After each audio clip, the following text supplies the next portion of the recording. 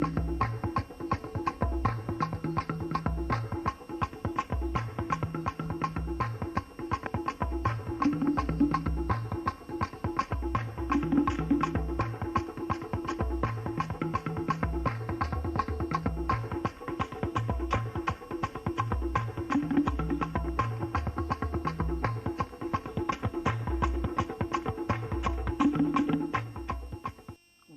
to International Insight, your weekly program in which we bring you news and information about people and events in countries outside the United States. In this program, I interview the first Governor General and the first President of Nigeria, Dr. Nnamdi Azikiwe, at the age of 90. I sat down with him at Lincoln University, Pennsylvania, where he graduated in 1930 with Justice Thurgood Marshall. Here is part one of the interview. Sir, can you tell us what made you decide to come to Lincoln as a student those days? Yes. When I arrived in the United States in 1925, I was not qualified to enter any university. As a matter of fact, I was studying for my London matriculation. At that time, I got through Western Boys High School, now Methodist Boys High School. And the highest class there was for junior Cambridge. So I entered Storer College, which was a junior college. And I took certain courses. One in particular was American history. I had never studied American history. I studied English history, and no more modern European history, but at an elementary level. So when I took these courses, then I studied the causes of the Civil War, 1863 or thereabouts. And then when Abraham Lincoln was president, and I read most of his speeches in his writings, and he kept on talking about equality of the human race, equality of Americans, that the American Constitution was made to apply to all citizens, irrespective of their status in life or their race or their language or their culture. Well, then I was 21, young, it's true, but this made an impression on me. And I said, well, that if I were able to get through and obtain admission into any university, that a place like Lincoln would help me. And because I realized that my country was then a colony, and I wanted that country, Nigeria, to be free, but I did not want any revolution or bloodshed. I said it has never helped any country in history, and I don't see why I should. And as a young man, naturally, my knowledge of history was limited. But I became a voracious reader of anything about Abraham Lincoln. I kept that in mind, but I had to face the fact that I came to the United States to work my way through college because I didn't have sufficient funds. My father worked in the Nigeria regiment as a first-class clerk, but when I worried him that I wanted to go abroad to study, he decided to retire and drew his gratuity, £300, and gave the whole to me to pay my fare, take care of my first year at Storer College. So I had to work at Storer College in various capacities, as a janitor, as a dishwasher. And I was in that. I was able to appreciate what Lincoln meant when he was said to be the friend of the common man. And I also worked in the farm, the college farm. We had a horse called Tube, and a reverend, one of the ministers of the gospel, was a head farmer, and he taught me how to handle the horse to plow. And so I said, come on, Tube, and the horse would be plowing accordingly. So I said, well, Abraham Lincoln must have suffered a lot because he worked his way through school and he came from parents who were not very wealthy. But I kept that in the background and paid attention to my studies. But these practical problems and what I did impressed me a great deal, that I said I should know more of this man, that a university was named after him. I was thinking of a university that I would attend, but I hadn't the funds, so I remained in Stora College. I enrolled there in September 1925, and in 1926 I finished my college and my high school course, and then I continued because of lack of funds, because it was a junior college. So my first year in the university I spent there, and I took more courses on Abraham Lincoln. And in one of these courses, I read his Gettysburg Address, where he spoke of 10 years ago, our fathers landed upon this shore and created a country or something like that, where they established a government of the people, for the people, by the people. Well, that impressed me a lot. I said, well, that is democracy. A government of the people, for the people, by the people. I said, well, what at home? We have a government of the people, for the people, by colonial masters, colonial rulers. I said, that will be changed, not by me alone, but by society as a whole. But this is a means of obtaining knowledge. And if I went to a university which was named after Lincoln, I might learn more, because that university will be trying to put into practice the ideas of Abraham Lincoln. I continued at Stora for the first year. Then I went in June 1927. A friend of mine took me to Pittsburgh.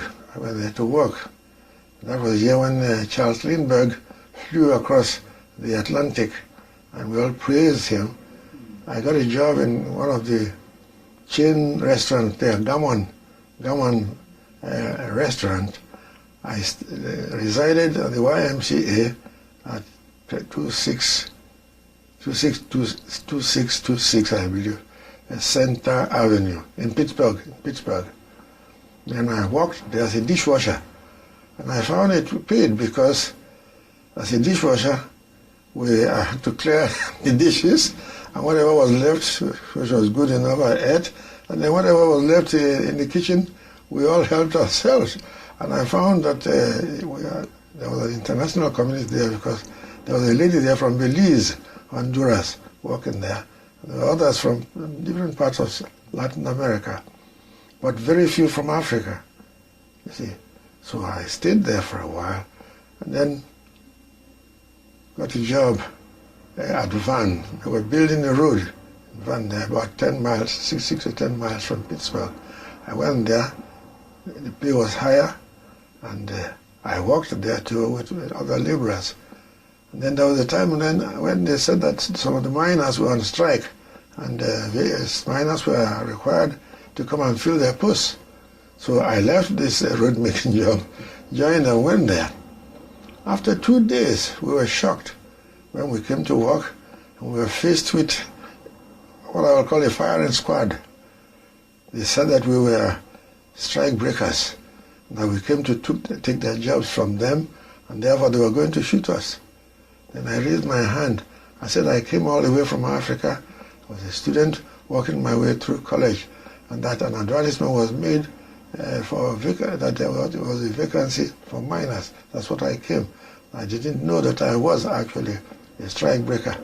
And I'm sure that my colleagues, they were mostly students from various institutions who were working their way through colleges. And so they spared us and told us the best thing to do is to leave. So we went and resigned, and we took our pay. We just went, in those days, if they say, go and take your pay, that's all. You go there, and then they will calculate how many days you worked, the salary, the wages, and then they pay you. So I got that. I had no other job. And I thought of it, and one day I was invited by the immigration authorities. I was reminded that I entered the United States as a student, and that I said, well, it was holidays, and I just want to keep myself busy, and that I thought that I should work in order to keep myself busy and also have more money to go to school. They said, well, as soon as the first term opens, you should be in school, otherwise you will be deported. Well, at that time, Lincoln continued to operate on a semester system, but Howard operated on a quarter system, and it was November. So I decided that the best thing was to go to Howard, and at the first opportunity, I'll go to Lincoln. So I went to Howard and registered there, entered. They gave me a room in Clark Hall, and my roommate was a Japanese student of dentistry. His name was Yamashita. And the Americans, know them. They said, no, too long, not Shita. They pronounced just the first syllable. So who's going there? They say, shit. I had lots of fun there. And after there I met Ralph Bunch, came from California, and was teaching political science, my subject. And there was a Professor Tunnell, originally from Trinidad, then settled down in America there. He taught us, and he said that the reason why Negroes, as they call African Americans in those days, that's why Negroes were backward, was that they love to eat pork chop. You see, what Americans call it pork chop. You see, so we used to call it pork chop tunnel. And I said, who has committed this offense? If I discover the fellow who did that, I shall cut his mark off, and I shall send him off my class, and he will not finish this university. Somebody will say, pork chop! We had lots of fun. However, I remember, and I also met Dr. Allen Locke. He wrote a book, The New Negro. I pointed out that the Negroes should not employ bloody means in order to earn equality, but they should prove by their character and by their contributions to various aspects of American life, and that they will be accepted accordingly. That was his theory. And the NAACP, that is National Association for the Advancement of Colored People, operated in New York under Dr. Du Bois, you see. And he used to come to Howard occasionally to deliver lectures. So it so happened that when I went to Lincoln, let me not proceed, let me follow chronologically. I continued, then I had no work, then I met him. I told him that I read his book, and that, so he said, where are you from? I said, I'm from Nigeria. He said, where? I said, Nigeria, in West Africa. He said, what are you doing? I said, well, I'm studying. He said, but unfortunately, I do not have sufficient funds. So he said, look, what experience have you? I told him I was a typist, that I was a third-class clerk in the Treasury Department in Nigeria, and that that was all I could do. He gave me something to type. I typed. Then he dictated. Well, I couldn't write shorthand, but he dictated orally, and I took it. And then he drafted some letters.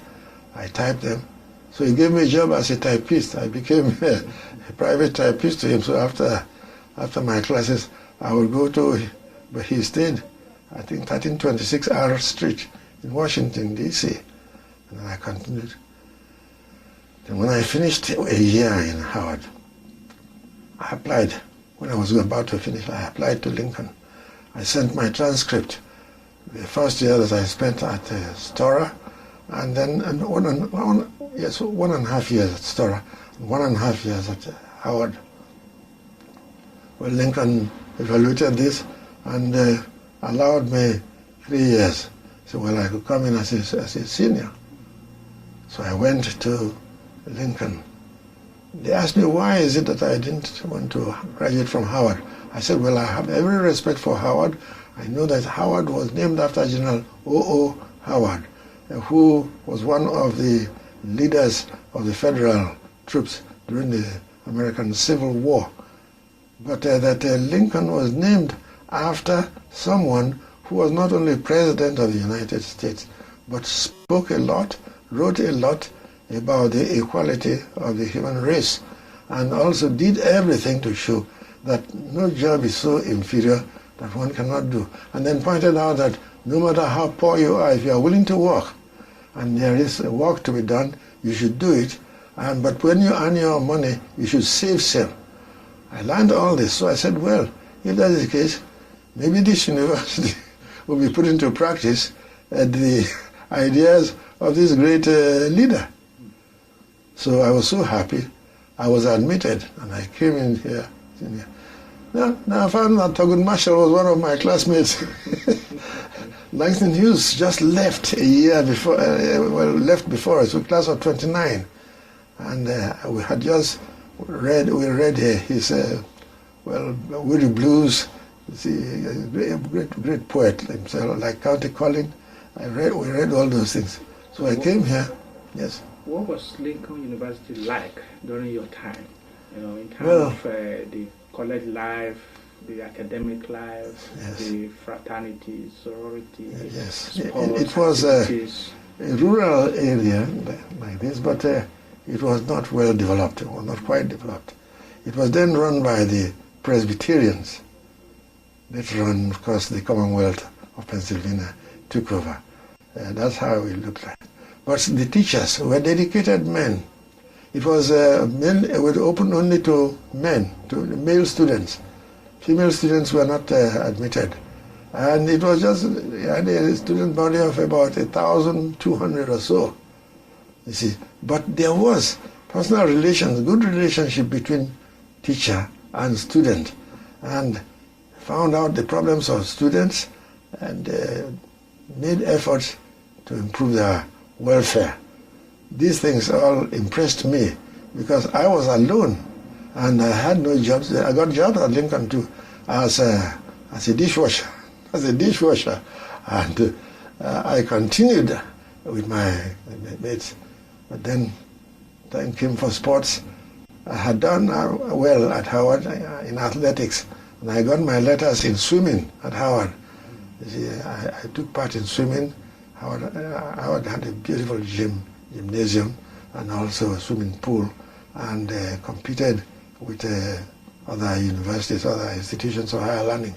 And I was the backstroke champion of Howard University, and in the relay, I used to take part in 2 events there. Well, first of all, the freestyle, I will not take part in the first freestyle. There will be freestyle, then breaststroke, then backstroke. Well, Howard may be backward, say by about 2-3 yards. But as soon as my turn comes with a backstroke, I will be able to cover that and then give a lead of about 1 yard. And then somebody else will finish and will win. So Howard became university swimming champion of the CIA, as they call it, the Intercollegiate Athletic Association. Well, I did that and continued. I made friends with so many. So that last year when I came here for the graduation of one of my children and one of my grandchildren, I couldn't see one of my classmates. Most of them were dead, but some couldn't make it either because of disabilities, physical disabilities or otherwise. But however, the ideals of Lincoln persisted in me, and I kept watching. I noticed the leader, the presidents. They took interest in the personal problems of students and did all they could to help. And so I said, well, that a thing like this is required for my country. And if I'm able to play my own role, I will try to carry it out there and see what could be done to have another Lincoln in Nigeria. Well, so that these, what I've just said, are a combination of the factors which made me to decide to come to Lincoln. You have lived many great years of service, not only to Africa, but to mankind. How has Lincoln prepared you for this kind of service life that you have lived? Well, apart from the courses that they offered in the social sciences, they invited great men and women from different parts of life to come to speak to us.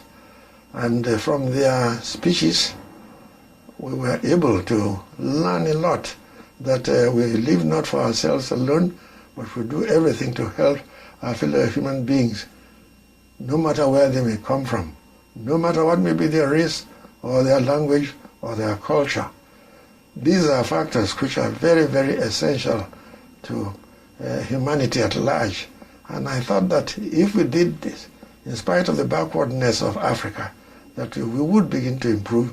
Our children will take up from where we left, and their children will carry on, and time will come then when Africa will no longer be just filled with colonies of other nations, but Africans would also be free.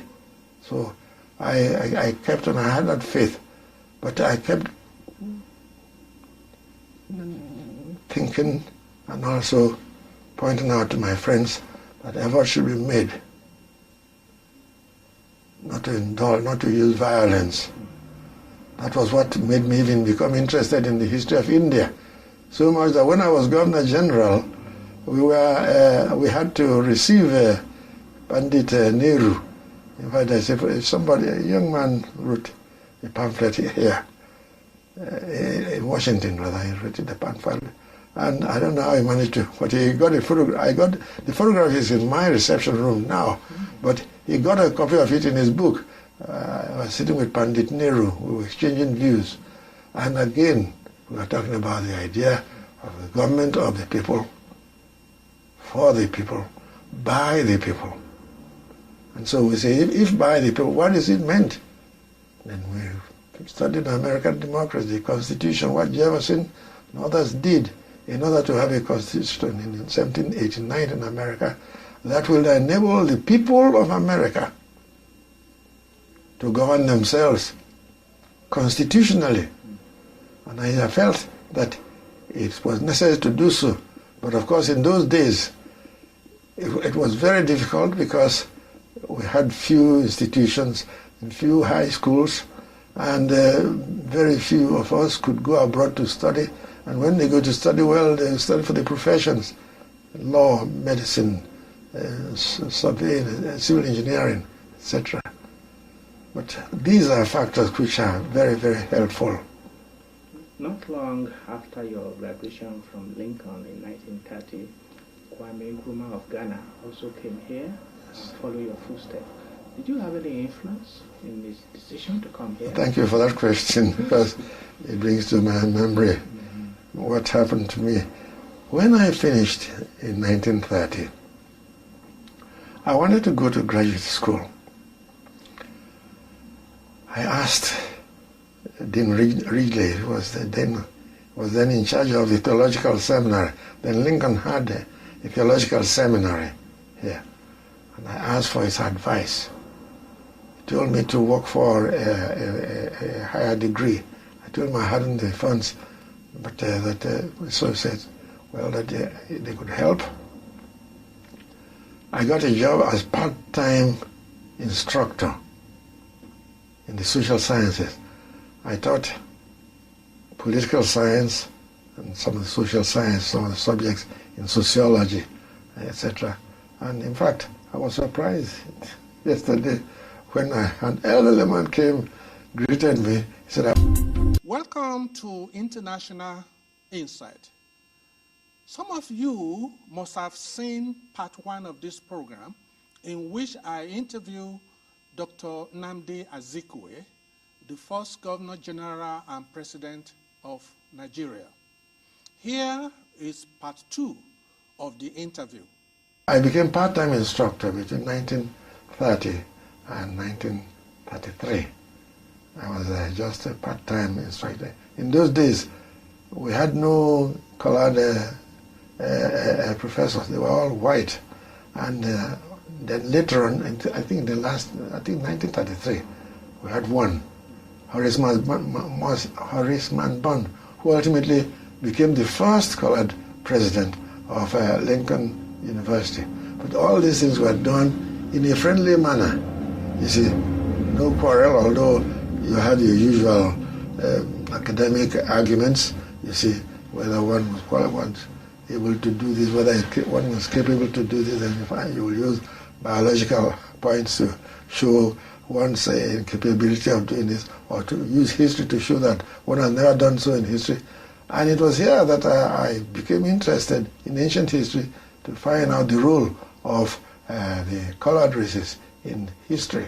That the word Egypt means black, and the word Nile means black, and the reason why these were so. So as a result of this, do repeat that question again. The question was that when you graduated from here, Kwame Nkrumah. Yes, I was coming to that now. Yeah. So I continued. So I continued like that. I was studying at Penn. I did graduate work at Penn. I taught here, and then went to Penn for graduate work. That's where I got my master's in February 1933. I was studying for a doctorate at Columbia. I was admitted to candidacy, but the demand at home was such that I felt that we should go home to join the struggle. I met a young man from Africa, from a teacher of mine at the Methodist at the Wesley Boys High School. Frank Brown was his name then, but later on he changed it to proper Yoruba name, yes. But then Dr. Akinola Maja, etc., if they could help me obtain employment, well, it wasn't quite possible.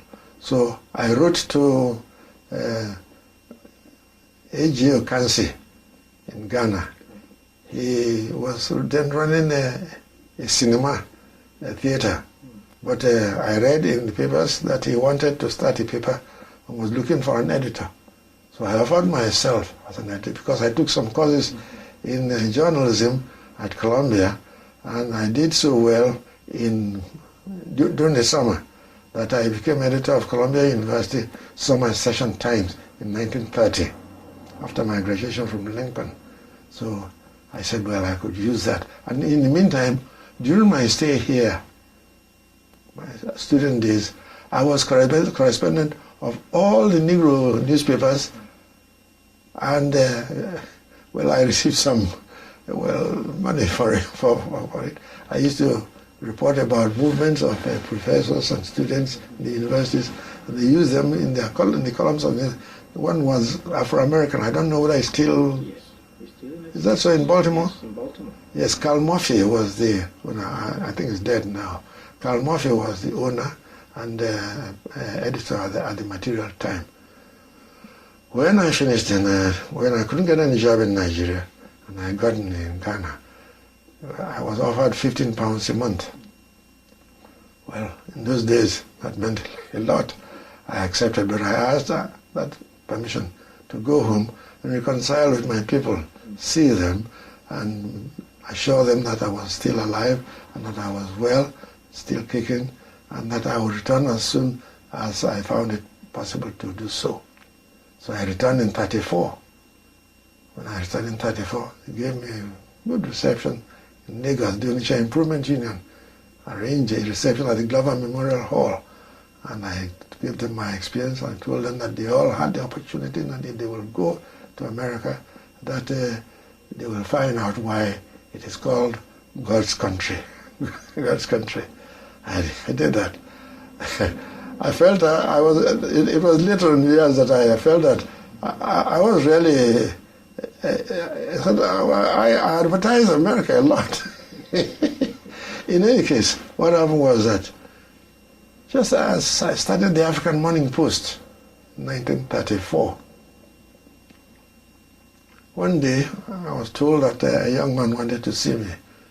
He was one of the students in the normal department of Achimota College. So he came. He was not called Kwame Nkrumah then, he was Kofi Kwaya. And then later on changed to Kwame Nkrumah.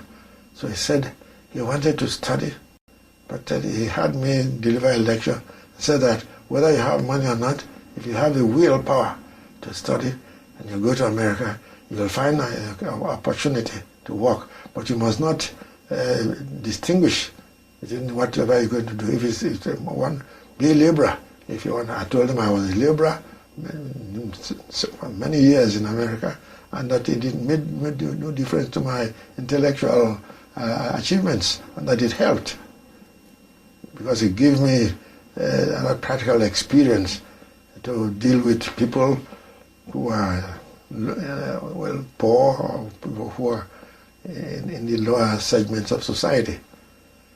So I told him, I said, if you can do that, I said, you have opportunity. He said, but how? I said, you're right, apply.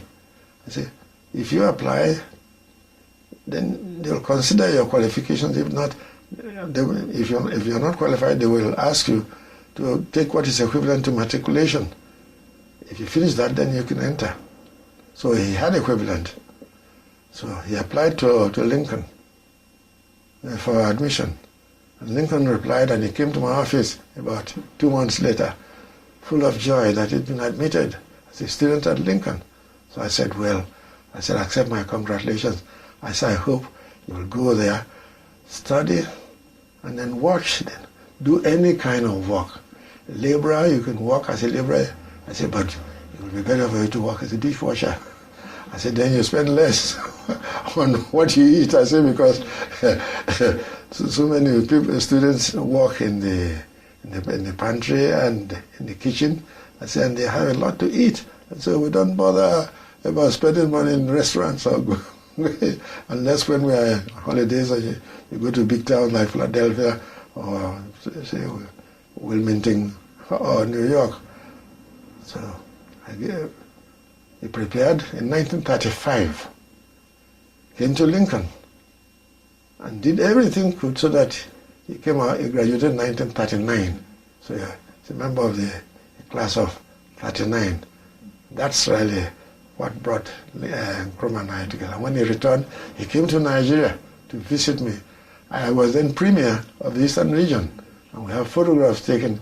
He came with Kojo Botsio, who is a graduate of Cambridge, and K.B. Jones Squatty, who came to, I think, I don't remember what university came, I think it's Howard or so, and then later on went to another university.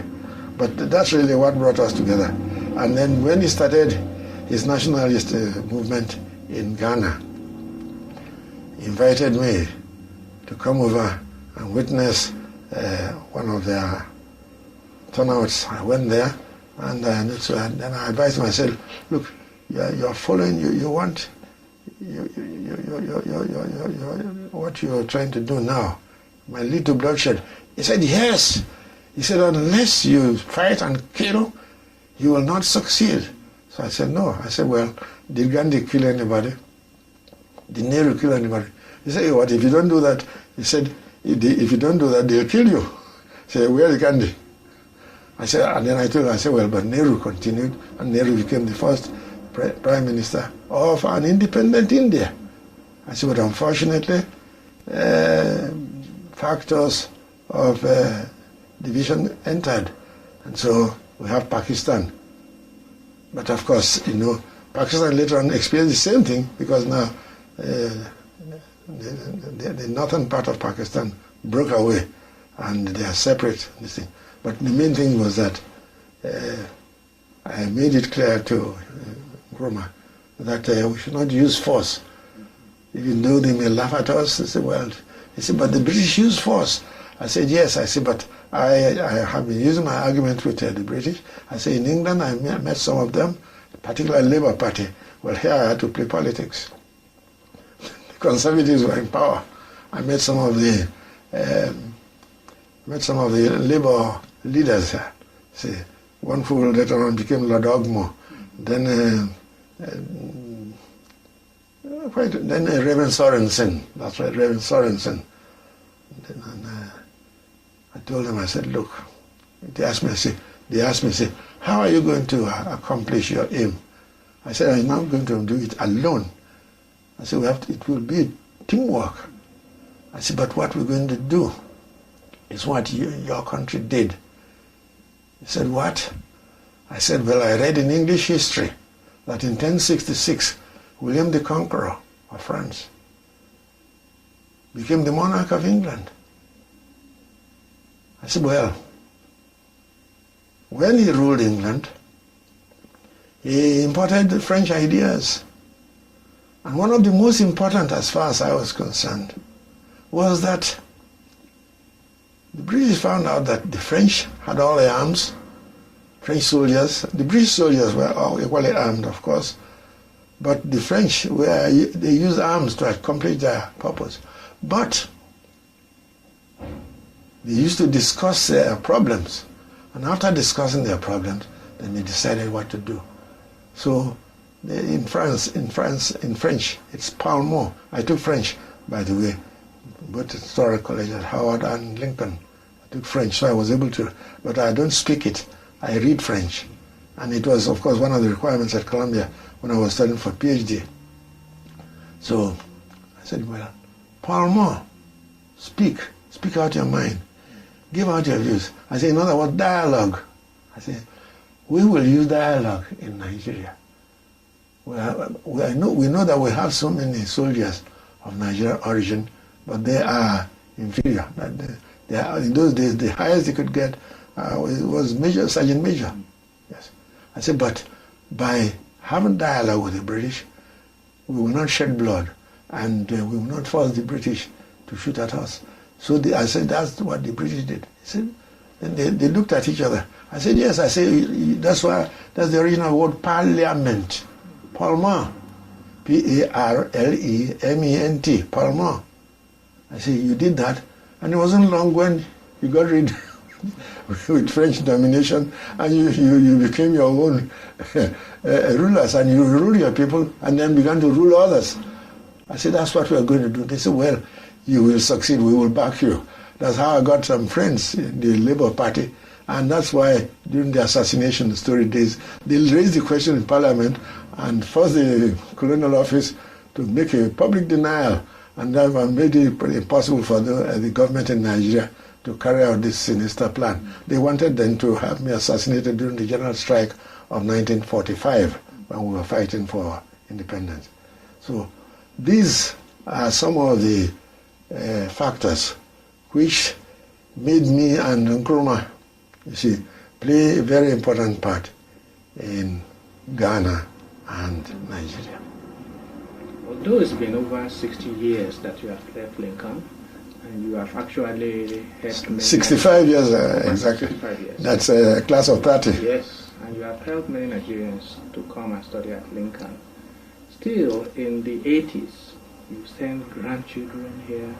Your last son just graduated this year. What keeps motivating you to send the Azikiwes to Lincoln? Well, I had two wives.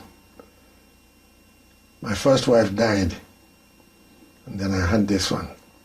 But my first son graduated from Harvard in business administration, and he got his master's degree there.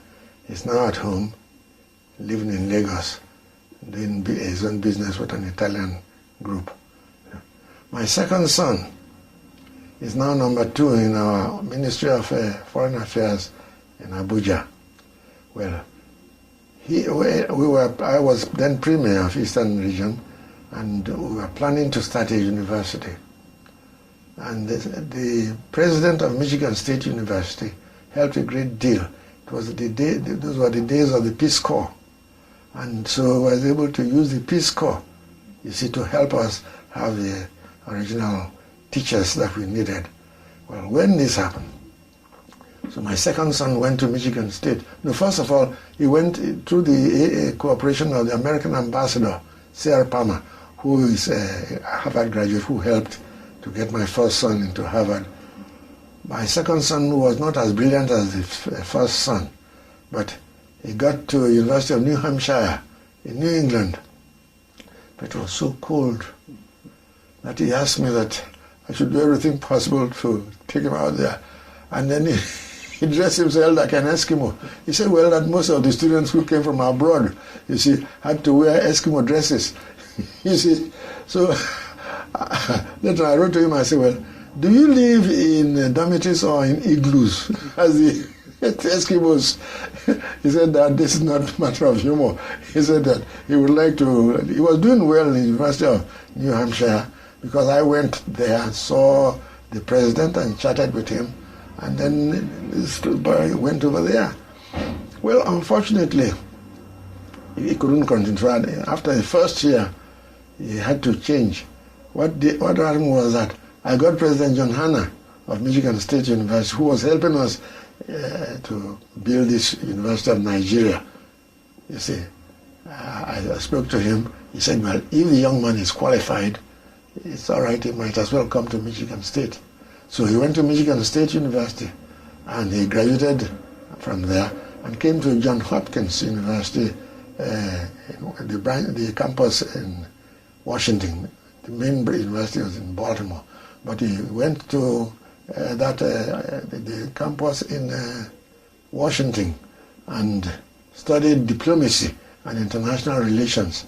So later on joined the Nigerian Foreign Service. He's now number 2 in our Ministry of Foreign Affairs at Abuja. My third son also qualified and went to Harvard. He graduated from Harvard, then went to Yeshiva University in New York and became a medical practitioner. Well, so far for the children of my first wife. Then she died. And she died, well, we finished, and then I had my second wife. My second wife, incidentally, studied at the university which I founded. That's this University of Nigeria, you see. And in 1992, she got a PhD there. She got a PhD there. And, but in the meantime, we got these 2 sons, Moloku and Owahwe, educated them. And then they asked for advice. Should they go to English University? I said, well, if you want to, you can go. I said, but English University is very good. I said, well, for professionals, if you want to be a lawyer or a doctor, I said, but you want to be of service to humanity at large, and you want to be a leader and produce more leaders who will help to make things better for the so-called common man. As I say, you've got to think of universities in America. So this is all right. What universities would I suggest? So I told her, I said, Harvard is well known, and many of the universities in New England and other parts of the United States are well known. I said, but I may be accused of jealousy. I said, but I feel that Lincoln University will be the place where you will go. You will face the realities of life and meet with friends from different parts of the world, and then listen to practical men and women who have practical ideas as to how to make the world a better place. Well, so her first son, you see, came here. That was Molo, who graduated last year, and that's why he came here in 1990. The gentleman who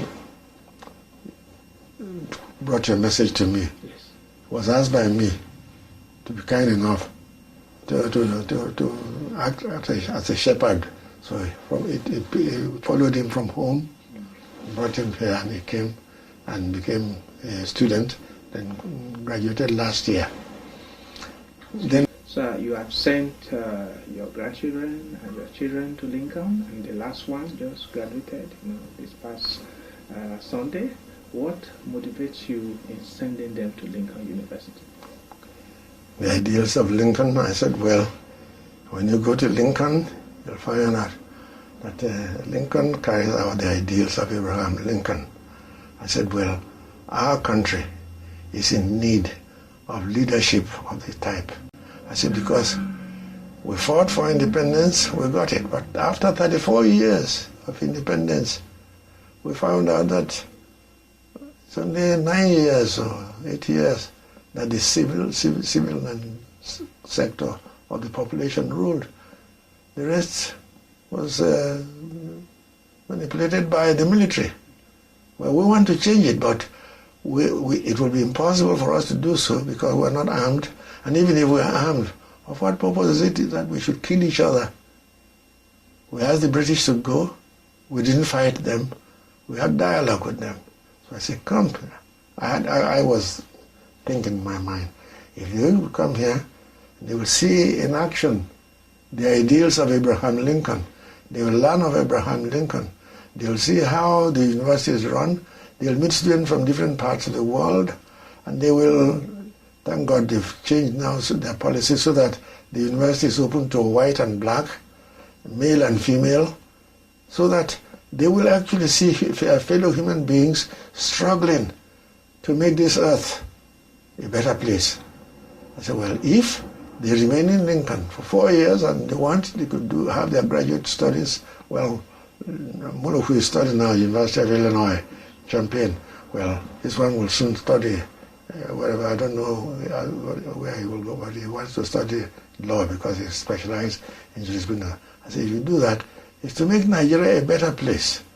To come back, let's have a government of the people, by the people, for the people, but not for a particular sector of the people, and not no particular group in Nigeria should dominate our political scene, you see, simply because they have control of the armed forces. It's as simple as that. That's what I thought that. I said, well, if Lincoln could help make me realize that it is worthless shedding blood, why should my children, my grandchildren shed blood, encourage the shedding of blood? It leads to nowhere. But we can use dialogue. And if we want to use the dialogue, let us apply the ideals and the ideas of Abraham Lincoln. With me, it is not only Abraham Lincoln. Abraham Lincoln influenced me to come here. But one who influenced me to come to America, what made me feel that it's God's country, is James A. Garfield. You see, in my last year at the Methodist Boys High School, was then Boys High School, I got a prize. I was the prize winner of my class, and Lord Lugard was then the Governor General of Nigeria. And the prize given there at the Glover Memorial Hall, he gave me a book, From Log Cabin to White House. I was a poor fellow who was born in the log cabin of Ohio, one of the towns in Ohio.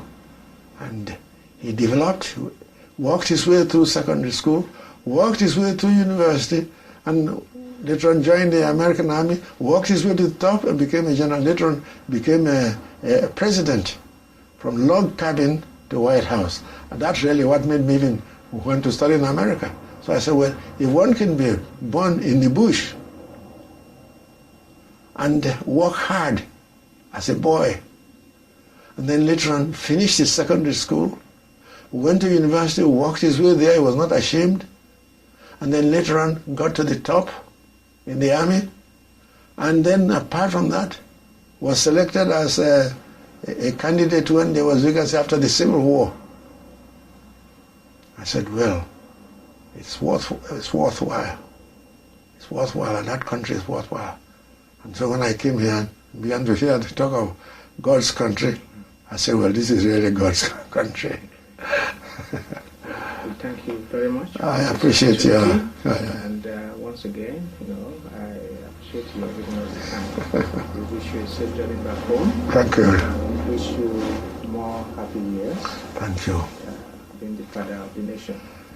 Pray to God to make your wishes come true, come to pass.